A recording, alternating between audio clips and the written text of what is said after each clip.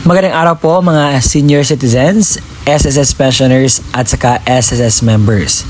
Sa araw po na ito ay pag-usapan po natin ang good news na in-announce po ng ating Pangulong Ferdinand R. Marcos Jr.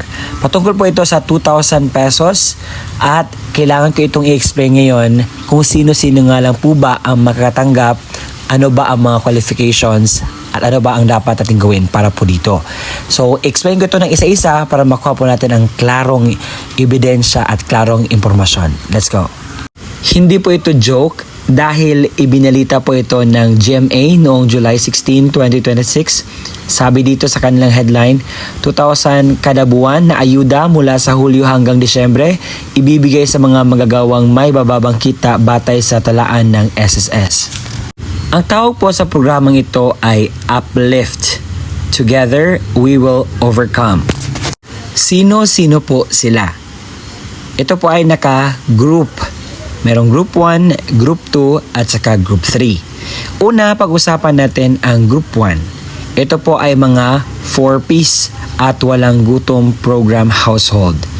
It's very clear po sa atin na ang para sa 4-piece lamang po ng mga beneficiaries, kasali po sila sa makakatanggap po ng ayuda galing po sa gobyerno sa Uplift Program Cash Assistance na 2,000 pesos. At meron pong 3.5 million na mga pamilya ang makaka-avail. Ngayon naman ay pupunta tayo sa Group 2. Sino-sino po ba ang mga nasa Group 2? Meron pong 2.5 million na mga mahihirap at papunta na po sa kahirapan, napasok sa 25% above the poverty threshold. Paano po tinukoy ito? Mga mahihirap na pamilyang una natutukoy ng pamahalaan batay sa datos ng 2024 Community-Based Monitoring System or CBMS na isinagawa ng PSA at Department of Economy, Planning and Development or DepDev. Hindi kasama sa 4-piece at walang gutom program ng DSWD. Magkano po ang uplift assistance?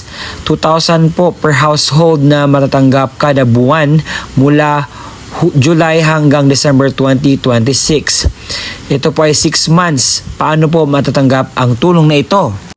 Manual payout po para sa unang buwan. Digital payout naman para sa susunod na 5 buwan. Pumunta sa manual payout schedule para una, makakuha ng cash aid para sa July. Pangalawa, mamili kung ano ang preferred digital bank or e-wallet para matanggap ang inyo pong digital uplift assistance para sa susunod na buwan. GCash ba, Landbank ba, or iba pang e-wallets na pwedeng i-announce. Ang Group 3 naman na may 1.5 million na manggagawa at kanilang pamilya na may mababang kita. Paano po ito tinukoy? Tinukoy ng Social Security System or SSS ang benepisyaryong una, employed at kasama sa 2024 CBMS ng PSA. Pangalawa, may 20,000 and below na SSS Monthly Salary Credit or MSC.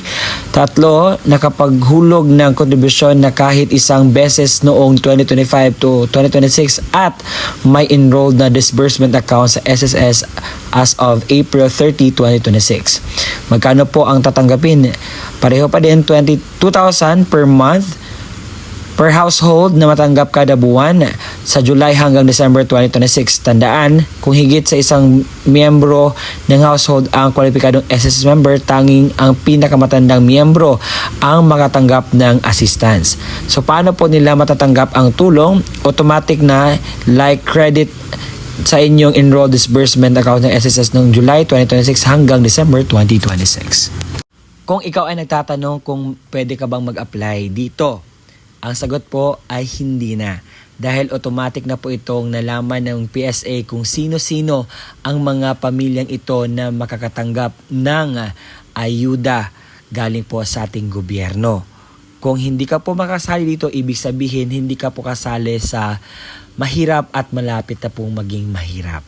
Kaya naman, ibinalita ko sa inyo ito ngayon dahil gusto kong malaman ninyo ano yung ibinigay ng ating gobyerno para sa kapakanan ng lahat ng ating mga mamamayan.